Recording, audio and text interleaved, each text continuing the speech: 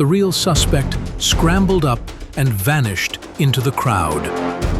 But when the police arrived moments later, they saw only Issa on the ground, confused and wide-eyed. He didn't run, he didn't speak, he just froze.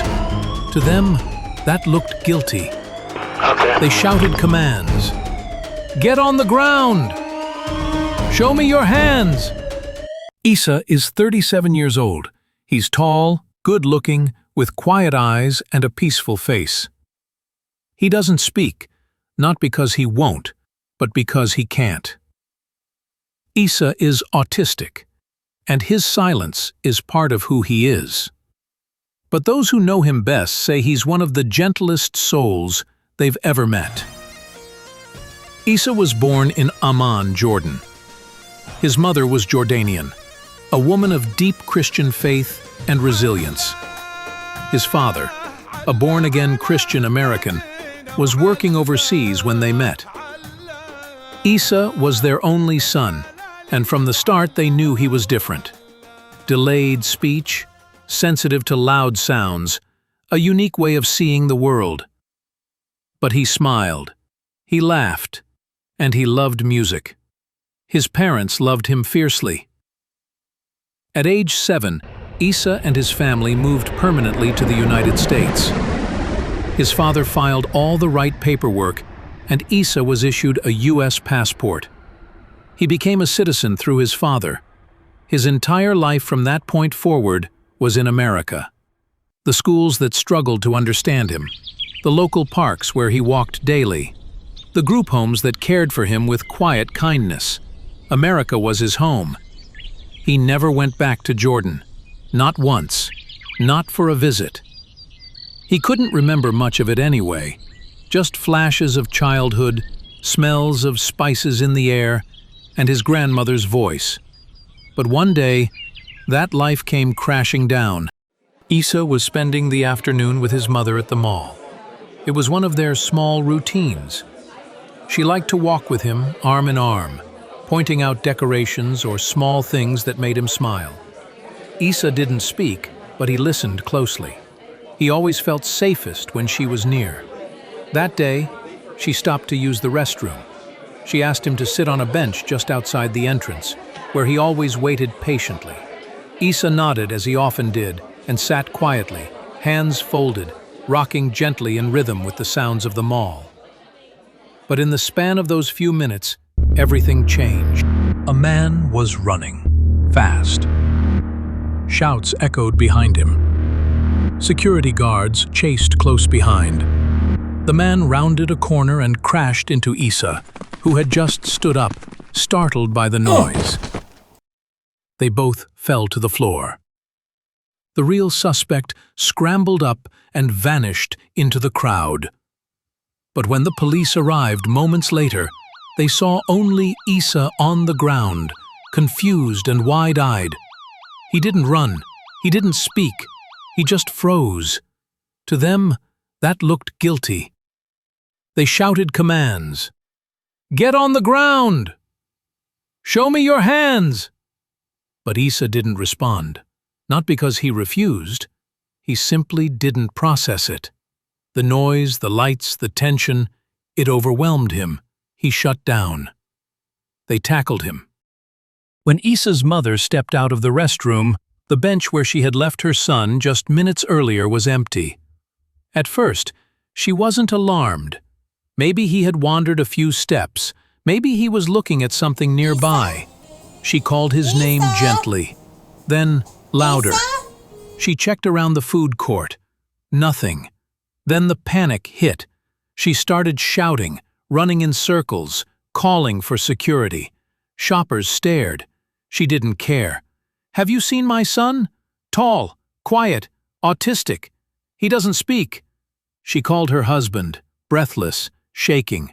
Within minutes, he arrived and joined the search. Together, they scoured every hallway, every restroom, every store. They begged mall employees to check cameras. Finally, they reached the mall security office. The staff hesitated, then admitted that someone had been arrested earlier near the restroom wing.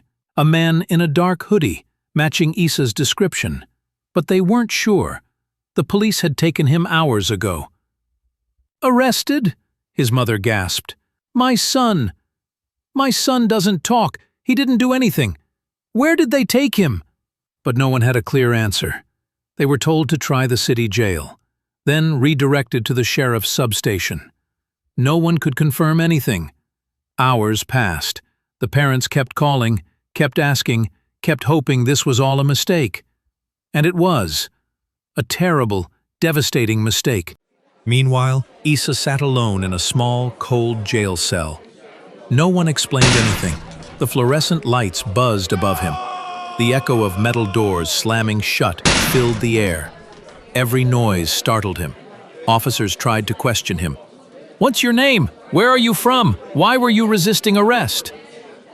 Issa didn't respond. He couldn't. He sat silently, hands folded in his lap, eyes wide. His breathing was shallow. He rocked slightly, overwhelmed by fear and sensory overload. They searched his pockets. No ID. The wallet he had was left in his mom's purse.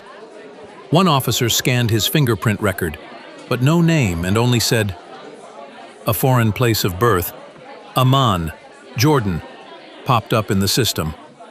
Another officer made a call. ICE got involved. They entered the room like they were hunting someone dangerous. "Tell us your name. Say something," they demanded. "What's your immigration status? Why are you in this country?" Issa said nothing.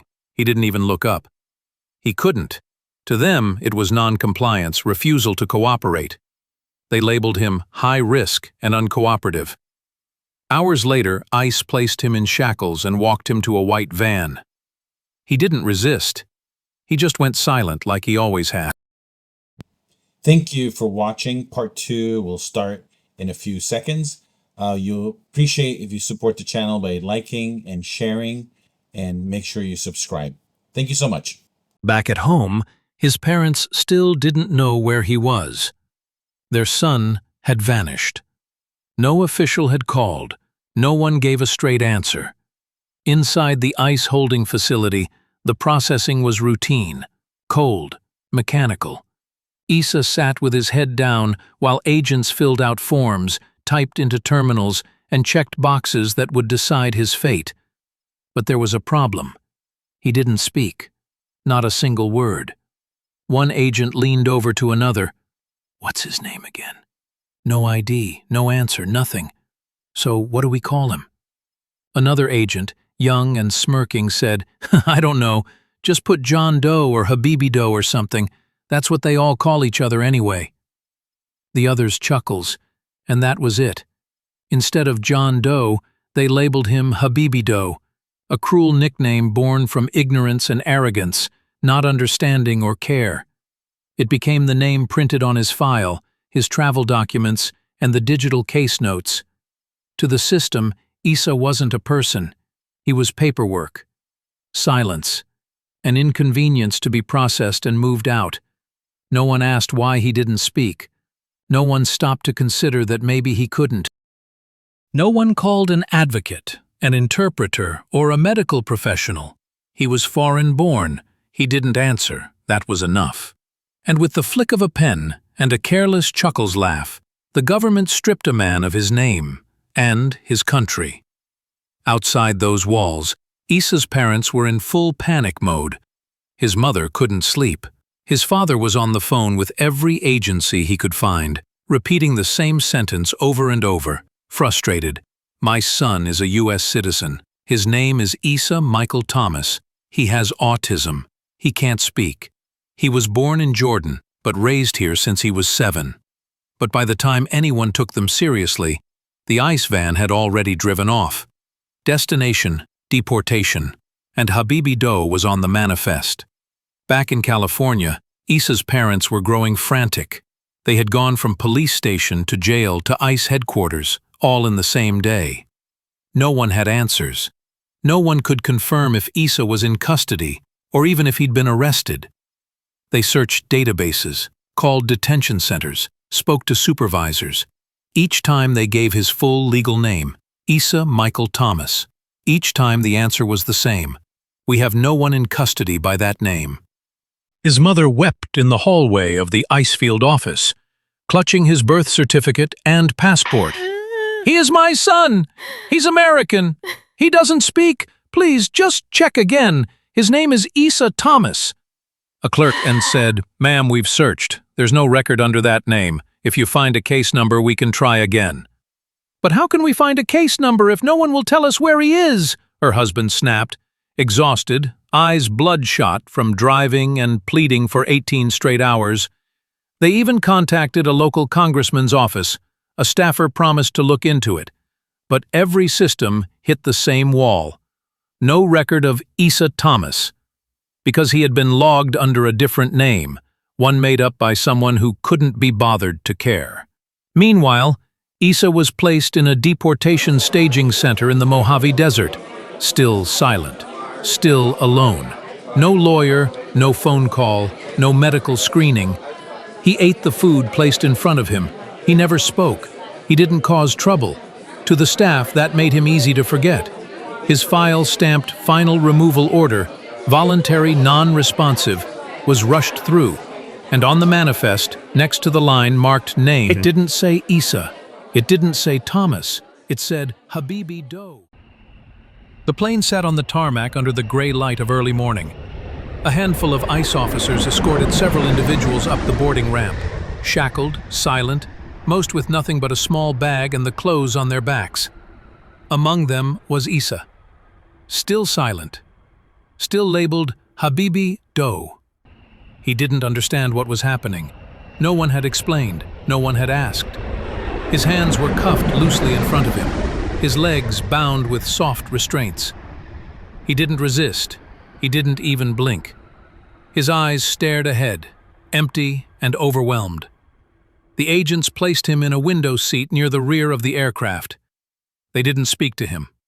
One officer looked down and muttered, "Flight to Amman. Hope you speak Arabic, buddy."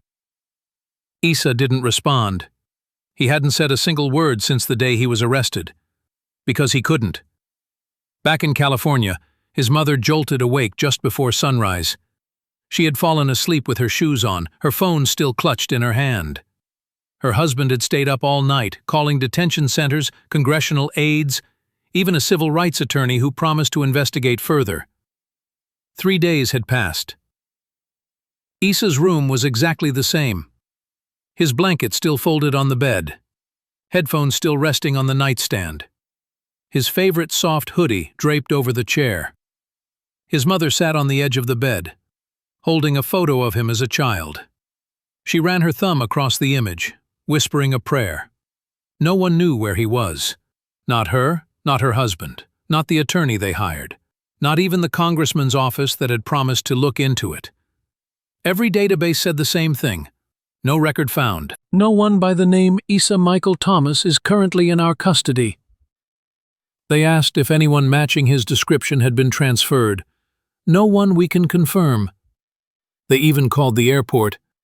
There are no public records for deportation flights. They called the embassy in Jordan. We haven't received any official transfer requests or notifications for a U.S. citizen named Issa Thomas. And that was the nightmare. Because no one was looking for Habibi Doe. Issa had been disappeared by a typo and a smirk, vanished into a system that didn't track mistakes, didn't issue corrections, and didn't care if you had a voice, especially if you couldn't use it. His parents spent every day calling hospitals in Amman. No sign.